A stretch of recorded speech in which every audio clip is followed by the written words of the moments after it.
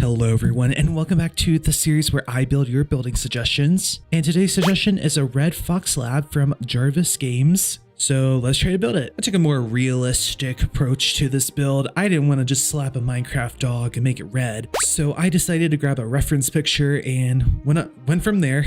I started this build with the neck first, and I think that was a bad idea because that just ruined every proportion for this. I then deleted everything and started over with the snout this time because that made more sense to me, right?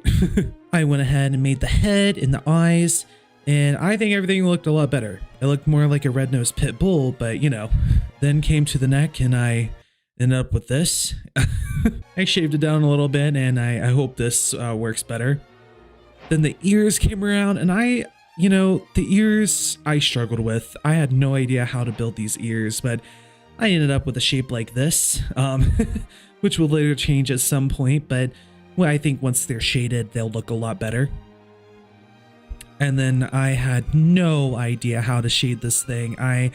It's not every day that I shade and texture a real life dog in Minecraft, so, I did my best, and, I think my best was pretty good considering I've never done this before.